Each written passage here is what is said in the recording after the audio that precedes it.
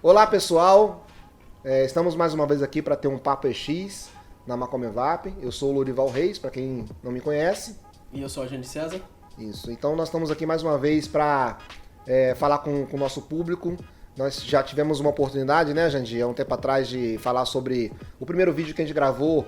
A gente deu o nome de Democratização da Informação em X, onde a gente, na verdade, tratou alguma coisa um pouco mais de forma mais simples, né, para o nosso público em comum, né, para tentar fugir um pouco dessa questão muito técnica de falar de EX sempre com foco para estudante, para técnico, para engenheiro ou de ambientes e falar com o público em geral, né? Sim, na verdade, tentando unificar essa informação para todo mundo, né? Que todo mundo tenha acesso e consiga entender o que são os ambientes aí que exigem equipamentos especiais, né? Então esse é o nosso intuito desde o princípio e vai ser até durante os vídeos que a gente for fazer, tá? Falar com você que é cidadão comum, que é motorista, que é dona de casa, que trabalha em ambientes às vezes de repente comuns e que eventualmente pode em algum momento estar próximo ou pode de repente ter alguma associação com algum amigo ou um parente que trabalha em algumas áreas que são potencialmente de risco, né, ou que tem algum tipo de gás, né, existem vários gases aí que são produzidos em processos industriais ou poeira combustível e que eventualmente numa falha ou numa temperatura que possa provocar alguma explosão, isso ocorra. Nada é por acaso. O que a gente tem para dizer para você é o seguinte: nada é por acaso. Então, quando acontece um incêndio, acontece uma explosão, na grande maioria das vezes, ou é falha humana, né, ou então falha de observação de algumas áreas de zonas de risco, né? Na verdade, você conseguir fazer a mitigação dos riscos, né, ali, talvez através de equipamento ou através de alguma outra situação que venha a precaver que ocorra algum dano, na verdade. Então, primeiro ponto, quando você tem uma área onde você pode, num processo, de repente, provocar algum tipo de que tenha presença de gás ou de poeira, é você mitigar os riscos, né? Existem várias técnicas de você, de repente, diminuir essa possibilidade de você ter uma área de risco, vai desde ventilação, área aberta, absorção de algum tipo de material. Tem algumas técnicas que são utilizadas para você mitigar esses riscos, né? E no primeiro podcast a gente acabou abordando aqui a situação de áreas incomuns, né? Que são áreas que a gente... Porque, na verdade, como a gente é oriundo do mercado, e o mercado trata muito da parte de plataformas, refinarias, trata muito desses ambientes industriais pesados, a gente acabou falando no primeiro podcast sobre situações meio que inusitadas, assim, que talvez o público comum não saiba. Que no caso a gente falou lá sobre a parte do arroz no supermercado, não sei se você se lembra. Sim. E falamos também sobre a parte do Tribunal de Justiça, uma vez papel, né? Porque tinha muito papel, um acúmulo de poeira e essa poeira... A fibra do papel, né? Às vezes manuseando, alguma coisa assim. E aí poderia gerar um ambiente explosivo. Então, na verdade, nesse podcast a gente acabou abordando aqui, na verdade, uma situação, né? E pesquisando sobre essas áreas realmente inusitadas aí, que são áreas não comuns de se abordar sobre atmosfera explosiva ou alguma área relacionada à segurança, e vamos trazer para vocês agora. Isso, e são áreas que às vezes passam despercebidas, até da gente também, que já está acostumado a trabalhar nesse segmento, imagina do público normal, né? Por exemplo, a gente fez uma pesquisa aqui rápida e a gente encontrou aqui 3 áreas que são inusitadas, mas que de repente podem provocar algum tipo de risco. A primeira delas são as estações de tratamento de esgoto. Aí alguém vai perguntar, mas pô, estação de tratamento de esgoto, minha cidade tem, perto da minha casa tem, no meu bairro tem um próximo, ou toda vez eu vou para o trabalho e passo por uma estação de tratamento de esgoto. Tem um cheiro que geralmente é característico, mas não é só o odor, né, o cheiro, né? Tem toda uma questão lá de fase de tratamento e que de repente a gente pode dizer para as pessoas onde é que está o risco disso. Na verdade tem uma segmentação, né, nesse tratamento, né? Eles acabam primeiro fazendo a separação do líquido do sólido e depois eles vão tratando tanto o líquido quanto o sólido de maneiras independentes. Sim, o esgoto que sai da casa do cidadão comum vai para a rede de esgoto e cai numa estação. Ali você faz o tratamento para você separar os elementos, né? Sim. Aí depois dessa separação eles vão fazendo aditivos químicos, né? Para poder haver uma reação ali que desencadeia, na verdade, nesses gases. E esses gases em uma concentração ideal, eles podem vir a gerar uma explosão, caso o equipamento que esteja próximo, que não esteja lá numa área ventilada ou algo nesse sentido, chegue numa mistura ideal ali para ocorrer explosividade, e o equipamento não seja ideal, pode gerar uma centelha e automaticamente explodir. Então, assim, existem acidentes já relatados aí, como no mundo todo, né? Uhum. E alguns dos acidentes podem ter sido ocasionados por conta disso. Às vezes você tem um parente, um primo, um pai, um amigo próximo que de repente fala assim, eu trabalho numa estação de tratamento de esgoto, né? Geralmente elas são públicas, né? Porque é a prefeitura que na verdade da cidade que se ocupa disso. E às vezes de repente não tem essa preocupação. Às vezes empresas... Às vezes não tem nem a pessoa capacitada, né? Talvez que tenha já absorvido informação num curso de atmosfera explosiva ou algo nesse sentido.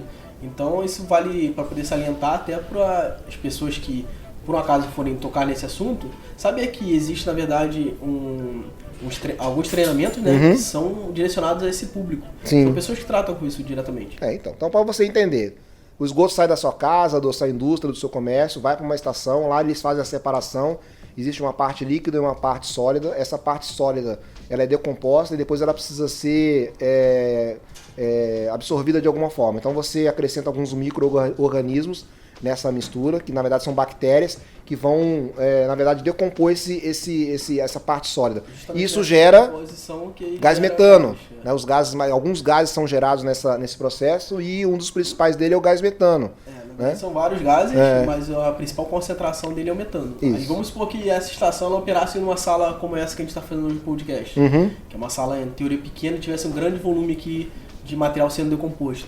Isso iria começar a gerar gases que num período ideal ali de geração de gases, iria ter talvez a concentração ideal de metano e oxigênio, e se você tiver uma centelha no mesmo momento, iria ocasionar uma explosão. Ok, então você precisa estar com os equipamentos elétricos, né, bem adequados àquela área para evitar exatamente quando ocorrer essa concentração, porque ela é normal do processo, mas acontecer essa concentração e essa concentração permitir que de repente a junção de um equipamento elétrico provoque algum tipo de centelha, alguma coisa assim, e aconteça a explosão. Então, o tratamento de esgoto é uma coisa que é comum no nosso dia a dia e que a gente está trazendo para vocês aqui, porque às vezes de repente passa despercebido.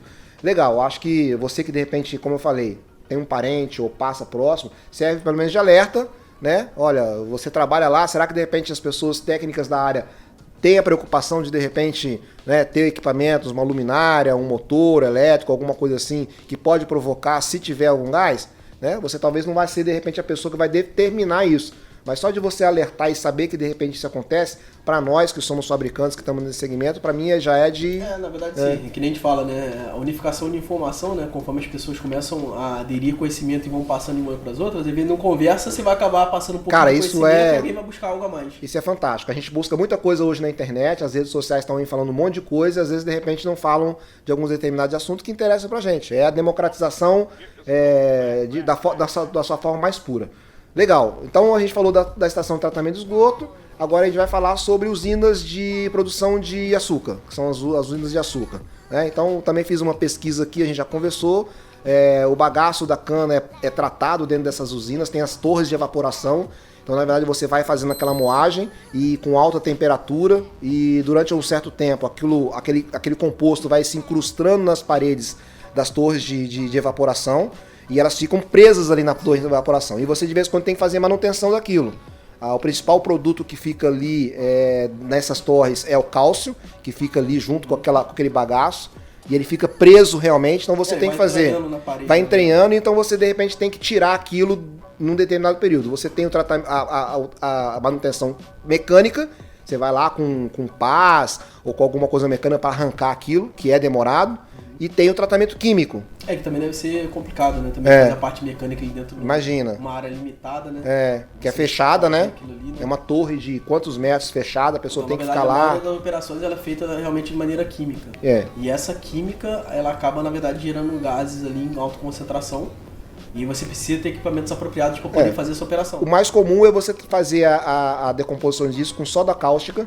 E aí porque em alguns países a concentração de soda cáustica ela é maior ou menor. Aqui no Brasil me parece que a lei aqui do Brasil permite uma mistura ali em torno de 15% pelo que eu vi, mas enfim, o mais importante é entender que a concentração de cálcio incrustado na torre com a soda cáustica ela vai gerar gases, né? Aquela vaporização vai gerar gases e um dos principais gases gerados aquilo ali é o hidrogênio, né? E como está num espaço fechado, né, confinado, então de repente aquele gás fica ali contido ali naquele ambiente E isso, de repente, se você tiver alguma coisa que motive uma explosão, como já existem também acidentes relatados, isso também pode ser uma área também potencialmente perigosa. Sim, sim. E na verdade essas operações, quando você tem que fazer na verdade uma análise de risco, né?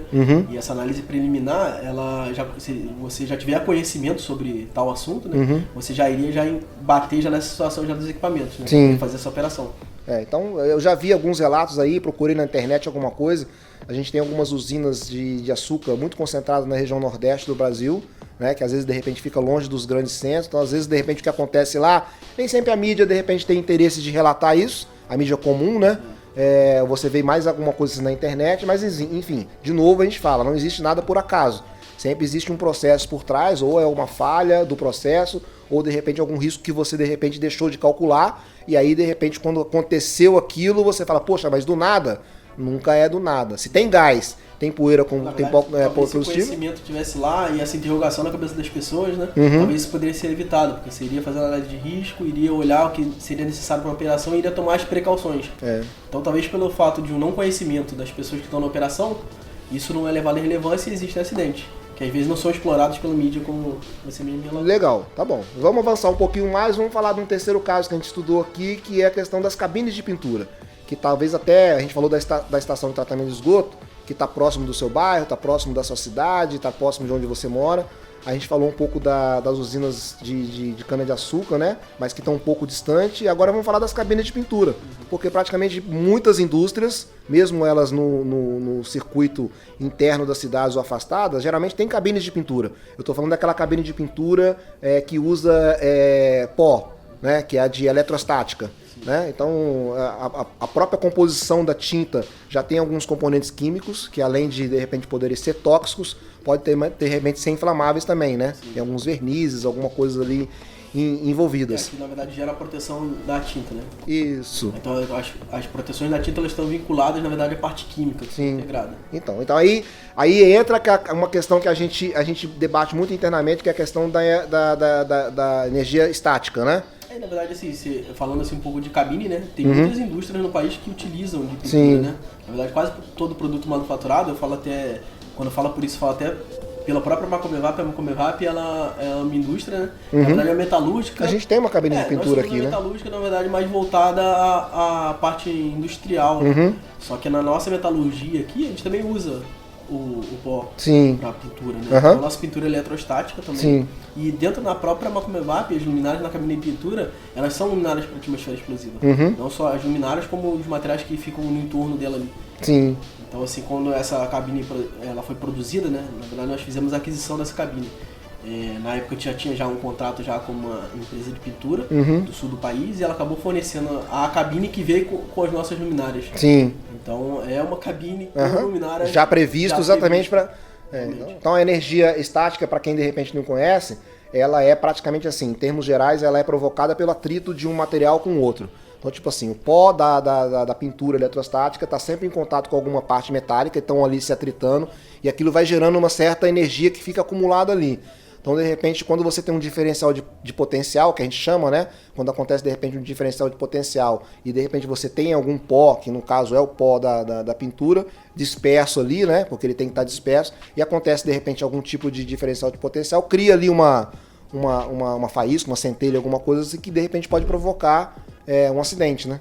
Então, a gente também trabalha com cabine de pintura aqui na empresa, como você falou, né? E a gente tem que ter alguns cuidados em relação à questão do pó que fica disperso ali e a questão da energia estática que está ali nos equipamentos, né? Não. O aterramento, ele existe, o aterramento já na carcaça. O aterramento já existe, senão não tem eletrostática. A eletrostática, você tem um ponto de aterramento naquela corrente que passa, ela é toda aterrada. Então, quando o cidadão que é eletrostática, você vai só comprar material metálico. Então, a luminária, quando é pendurada ali, ela está aterrada. O aterramento faz puxar a pintura pro equipamento. Então, o material que está flutuando, quando você joga, o material que está flutuando, ele agarra no metal, porque o metal está aterrado. Você gera energia de positivo potencial, e negativo. Você gera energia, a diferença de potencial para poder a pintura ser puxada e incrustada no metal. Por isso que você não pode pintar nada que não é metálico. Só que o problema tá no agente químico que tá na poeira, em volatilidade, não, a poeira em suspensão. Então o agente químico que tá ali, ele é um agente químico inflamável, e aí tem um problema pelo agente químico. E existe um problema porque a parte que acaba dispersando dessa nuvem de poeira, ela pode ir para fora e gerar uma estática pelo fator de você chegar com energia estática e colocar a mão em algum lugar e gerar aquele centelhamento. Então, tipo assim, hoje a gente trabalhou 3 áreas assim inusitadas, porque a gente quer exatamente trazer, nós vamos trazer assim outras áreas. Mas eu queria levar até de relevância outras 2 áreas que a gente tem aqui, né? Tá bom. Se você quer, você trouxe aí um material aí? Aqui, na verdade, são um bicomposto, né? Que são as resinas que a gente usa aqui na fábrica para poder fazer selagem de alguns equipamentos especiais para a atmosfera explosiva. E esse selante, por exemplo, ele é um selante bicombustível que ele gera gás. Se a gente deixar esse aberto, obviamente a gente não vai morrer, não vai explodir nada aqui durante o podcast, mas a partir do momento que eu abro o vasilhame aqui, aqui tá gerando na verdade um gás. Ele em alta concentração, como a gente utiliza lá nas nossas máquinas, que são máquinas que têm uma grande possibilidade assim, de evacuar esse material, de tirar esse material, você acaba que gera uma atmosfera explosiva. Então, na região onde a gente faz o processo de resinagem, utilizamos lá equipamentos para atmosferas explosivas, né? Equipamentos seguros. Você vê, é uma coisa... Às vezes eu até acho que de repente algumas pessoas dentro da empresa que trabalham com isso, às vezes de repente não tem nem esse... Nem sabe né? Por que tem aquela luminária lá. Só que a gente está usando, na verdade, uma luminária porque é o material que a gente faz aqui na empresa, né? A gente tem know-how. E tem uma outra área que também que, pra gente, é uma área de risco, que é a parte dos gases. Porque a nossa pintura eletrostática, ela funciona com gás. E ao redor desse vasilhame de gás que existe na região lá da cabine de pintura, que fica até no ambiente externo, justamente para mitigar o fator de concentração de gás. Não sei se você já pôde observar lá na frente da empresa, a gente tem dois compartimentos bem grandes lá para poder fazer o acúmulo desse gás. E nesses compartimentos eles ficam no ambiente externo, justamente para você poder mitigar o problema dessa concentração se houver um vazamento. Então esse é o motivo dele estar lá fora. A gente não pode enclausurar isso dentro de um galpão nosso aqui de montagem, o intuito de, na verdade, você fazer mitigação de risco. Ok, legal. É uma informação legal. Então, gente, é mais ou menos por aí. Eu acho que a gente também não pode se estender muito. A ideia é, de repente, a gente fazer podcasts curtos, que sejam de fácil absorção, de fácil entendimento também para o público em geral. Esse é o segundo que a gente faz. A gente está na programação de fazer outros podcasts, exatamente para ter uma linguagem um pouco mais simples para você que está nos assistindo, que está nos ouvindo. É uma responsabilidade que a gente está assumindo, né, perante ao público em geral, de repente dividir um pouco com eles essas, além de preocupações, essas nuances que a gente tem em relação no ambiente industrial e principalmente para quando a gente fala sobre a questão de EX, né? Então a gente quer realmente, vamos insistir na questão da democratização, né? Na questão de repente simplificar. Essa informação, né? As pessoas buscarem ali um pouquinho mais de conhecimento. É bom você ter um conhecimento abrangente, né? Quando você for abastecer seu carro, olha lá perto da bomba de diesel. Você vai ver lá que a caixa que está lá é uma caixa EX. Sim. Uma caixa X, na verdade, isso já é um conceito absorvido por todos os postos. Quando eles vão fazer as instalações, eles já levam isso em relevância, porque a instalação de um posto básica, ela já vai com material X. Então na bomba de diesel lá, você vai conseguir observar lá que lá tem uma caixa X marcada, com uma etiqueta de proteção. Então assim, a gente que está sempre visível assim, só que às vezes a gente não toma atenção a isso. A gente já está, na verdade, colocando esse assunto também nos treinamentos internos que a Macomevap faz com o seu pessoal da área comercial, principalmente, ou pelo menos a gente tem esse intuito para que de repente eles tratem de multiplicar isso para as pessoas. O podcast é interessante, as redes sociais são interessantes, os que a gente grava é interessante, mas as pessoas também precisam falar um pouco mais sobre isso com seus amigos, seus parentes, e levar esse assunto um pouco além das fronteiras das fábricas e além das fronteiras das universidades e dos ambientes técnicos, né? E às vezes de feiras, simpósios que tem por aí, né? E a gente vai se aproveitar disso. Então, acho que a gente pode ficar por aqui hoje, né? Já com a sensação do dever, mais uma vez, do dever cumprido, da tarefa que a gente trouxe para o nosso público, né? E aí a gente fica à disposição para qualquer dúvida que vocês tiverem, entrar em contato com a gente pelas redes sociais, né, que vão estar disponíveis aí. Nosso departamento comercial também pode, de repente, te tirar qualquer dúvida. E aí a gente agradece mais uma vez a audiência de vocês, a atenção de vocês. Obrigado, Jandir. Obrigado a todos aí. Né? E a gente vai estar preparando já o próximo para a gente poder trabalhar ainda nessa questão do Papo EX. Tá bom, gente? Obrigado, tá? Um abraço.